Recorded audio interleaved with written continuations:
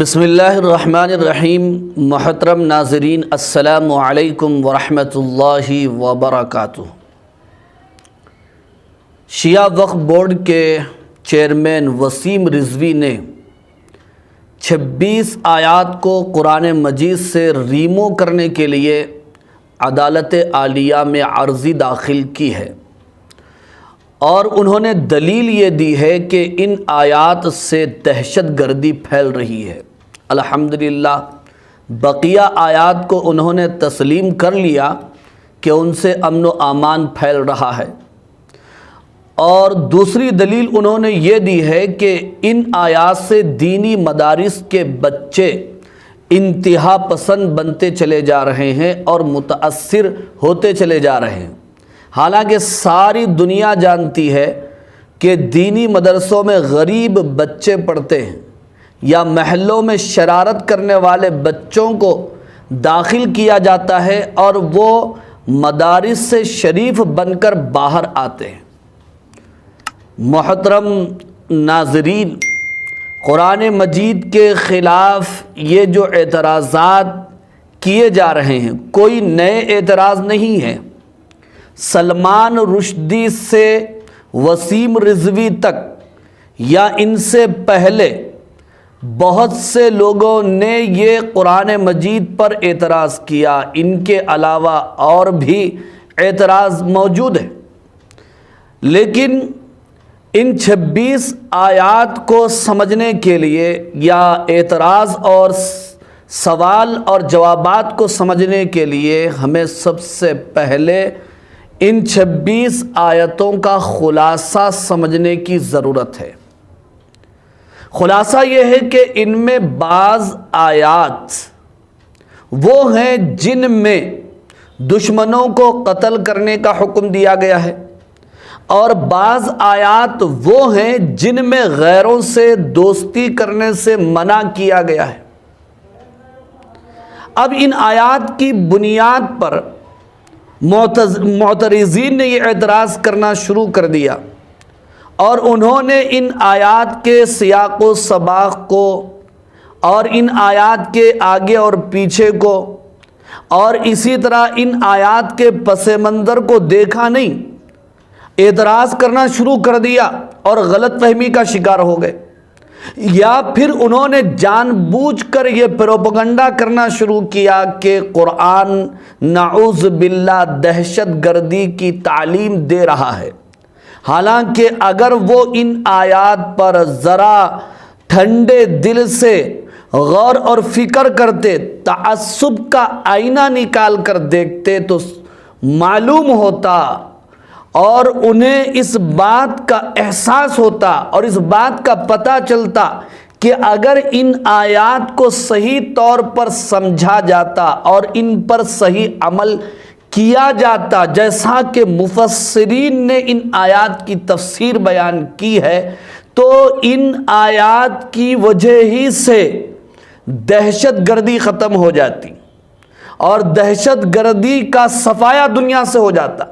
اس لیے کہ ان آیات میں فسادیوں کو، دہشت گردوں کو، ظالموں کو اور میدان جنگ میں دشمنوں کو قتل کرنے کا حکم دیا گیا ہے، جن کا تقریباً دنیا کے تمام مذاہب میں یہ حکم ہے۔ لیکن بجائے اس کے اوپر غور اور فکر کرنے کے انہوں نے اعتراض کرنا شروع کر دیا۔ حالانکہ ان آیات میں پرامن شہریوں کو یا مطلقاً غیر مسلموں کو قتل کرنے کا حکم نہیں دیا گیا، اور جہاں تک بات ہے ان آیات کی جن میں غیروں سے دوستی کرنے سے منع کیا گیا ہے، وہ کون سی دوستی ہے؟ وہ دوستی مراد ہے جس دوستی سے آدمی اپنا مذہب ختم کر بیٹھتا ہے، یا جس دوستی سے متاثر ہو کر اپنا دین کھو بیٹھتا ہے، اس سے منع کیا گیا ہے۔ اور اس کا ہر مذہب میں یہی تعلیم ہوتی ہے، ہر مذہب میں یہ حکم ہوتا ہے۔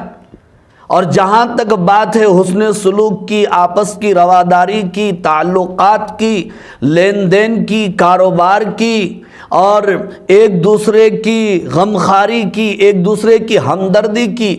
اس سے کون منع کر رہا ہے؟ قرآن کو اچھی طرح سے پڑھیے، اسلام کو اچھی طرح سے پڑھیے تو پتہ چلے گا کہ اسلام دوسروں کے ساتھ کتنی ہمدردی اور غمخواری کا حکم دیتا ہے۔ اسی طرح محترم ناظرین، وسیم رضوی کا یہ اعتراض بھی اور یہ سوال بھی فضول اور بیکار اور عبث ہے کہ حضرت عمر، حضرت ابو بکر، حضرت عثمان رضی اللہ تعالی عنہم اجمعین کے دور میں قرآن مجید میں یہ آیات زبردستی داخل کی گئی تاکہ اسلام کو پھیلایا جائے۔ بنیادی تعلیم سے، بنیادی معلومات سے واقفیت نہیں ہے، حالانکہ قرآن مجید کو حضور اکرم صلی اللہ علیہ وسلم کے زمانے ہی سے جمع کیا گیا۔ قرآن مجید کے کئی ایک صحابہ پکے حافظ تھے، اور آپ صلی اللہ علیہ وسلم کے حکم کے مطابق صحابہ اکرام رضوان اللہ تعالی علیہم اجمعین قرآن مجید کو اس دور کے لحاظ سے اور حساب سے چمڑے کے ٹکڑوں پر، کھجور کی چھالوں پر، مختلف پتلے پتھروں پر، اسی طرح اونٹ کی ہڈیوں پر لکھا کرتے تھے۔ دور فاروقی، دور صدیقی، دور عثمانی میں کیا ہوا؟ یہی ہوا کہ مختلف جگہ یہ جو قرآن مجید لکھا ہوا تھا اس کو یکجا کیا گیا، کتابی شکل دی گئی۔ یہ صحابہ پر بیجا اعتراض ہے۔ حضرت ابو بکر، حضرت عمر، حضرت عثمان غنی رضی اللہ تعالیٰ عنہ اجمعین پر بیجا اعتراض ہے کہ انہوں نے ان آیات کو داخل کیا۔ اگر یہ بات کوئی ثابت کر سکتا ہے تو اس کو چیلنج ہے، کسی بھی کتاب کے اندر یہ بات لکھی گئی ہو، اسلامی کتابوں میں، کسی اور کتاب میں لکھی گئی تو ثابت کرے۔ اسی طرح محترم ناظرین، وسیم رضوی کا یہ کہنا کہ اسلام طاقت کے بلبوتے پر پھیلا ہے، قوت کے بلبوتے پر پھیلا، یہ بھی بیجا الزام ہے۔ اسلام تو اخلاق کی تلوار سے پھیلا ہے، لوہے کی تلوار سے اسلام نہیں پھیلا ہے۔ پھر اللہ نے خود قرآن مجید کی حفاظت کی ذمہ داری لی ہے۔ مدعی لاکھ برا چاہے تو کیا ہوتا ہے؟ وہی ہوتا ہے جو منظور خدا ہوتا ہے۔ قرآن میں اللہ نے خود نازل فرمایا، اِنَّا نَحْنُ نَزَّلْنَا الذِّكْرَ وَإِنَّا لَهُ لَحَافِظُونَ۔ قرآن کو ہم نے نازل کیا ہے، ہم ہی قرآن کے محافظ ہیں، ہم ہی قرآن مجید کے نگہبان ہیں، لہٰذا اس میں 1400 سال سے جب سے قرآن اترا ہے آج تک اور انشاءاللہ قیامت تک کوئی تبدیلی نہیں ہوئی، اس میں کوئی تحریف اور ترمیم نہیں ہوئی، اور کوئی اس میں کر بھی نہیں سکتا، کوئی اس کو بدل بھی نہیں سکتا۔ اور تو اور چھوڑیے، وقت کے پیغمبر بھی قرآن میں نہ کچھ داخل کر سکتے ہیں، نہ قرآن سے کچھ نکال سکتے ہیں۔ یہ اللہ کا کلام ہے، اس کا پورا اختیار اللہ کو ہے۔ اللہ نے جیسے نازل کیا من و ان ہمارا ایمان ہے کہ قرآن ویسے ہی الحمدللہ 1400 سال کے بعد آج ہمارے درمیان موجود ہے۔ ایک نقطے کو بھی نکالنا ہم گوارا نہیں کر سکتے، اور دنیا کے کسی بھی عالم سے پوچھ لیجئے کہ اگر قرآن میں کوئی رد و بدل کا قائل ہے یا نکالنے کا خواہاں ہے، وہ کافر ہو جائے گا، وہ گمراہ ہو جائے گا۔ قرآن لا ریب کتاب ہے، ذالک الکتاب لا ریب فیہ ھدی للمتقین۔ قرآن میں کوئی شک و شبہ نہیں ہے۔ ہاں اگر کسی کو شک کی بیماری ہو جائے تو وہ اپنا علاج کر رہے، جیسا کہ سانپ کے ڈسے ہوئے کو شکر پھیکی معلوم ہوتی ہے تو وہ اپنے زہر کا سامان فراہم کرے، زہر اتارنے کا، شکر کے اوپر الزام نہ لگائے۔ یہی وجہ ہے کہ دنیا کے تمام علماء نے، یہاں تک کہ شیعہ علماء نے خود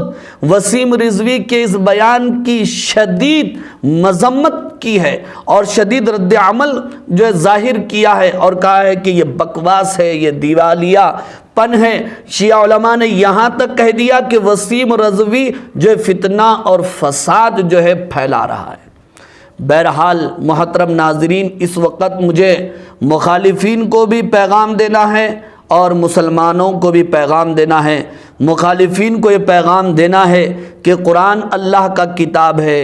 تمہاری ہدایت کے لیے اترا ہے، اس کو اپنی آنکھوں سے مخالفت کا عینک نکال کر، پردہ ہٹا کر پڑھیے، انشاءاللہ دل روشن ہو جائے گا، ہدایت کا سامان مل جائے گا اور حق سے مالا مال ہو جاؤ گے۔ اور مسلمانوں کے لیے پیغام ہے کہ جب مخالفین قرآن اتنا پڑھ رہے ہیں اور ہم قرآن کے چاہنے والے، قرآن سے محبت کا دم بھرنے والے، اور پوری دنیا میں اس وقت آواز لگائی جا رہی ہے، آواز اٹھائی جا رہی ہے اور شدید احتجاج کیا جا رہا ہے خاص طور پر ہندوستان میں، تو مسلمانوں کے لیے یہ پیغام ہے کہ مسلمان قرآن مجید کھولے۔ شاید میں سمجھتا ہوں شاید اسی مخالفت کی وجہ سے آج تو مسلمانوں کو قرآن مجید کھول کر اسے پڑھنے، سمجھنے، اس کے اوپر عمل کرنے کا وقت آ چکا ہے، تو تبھی قرآن سے محبت کا حق ادا ہوگا، ورنہ وہ زمانے میں معزز تھے مسلمان ہو کر اور ہم ذلیل و خوار ہوئے، تاریک قرآن ہو کر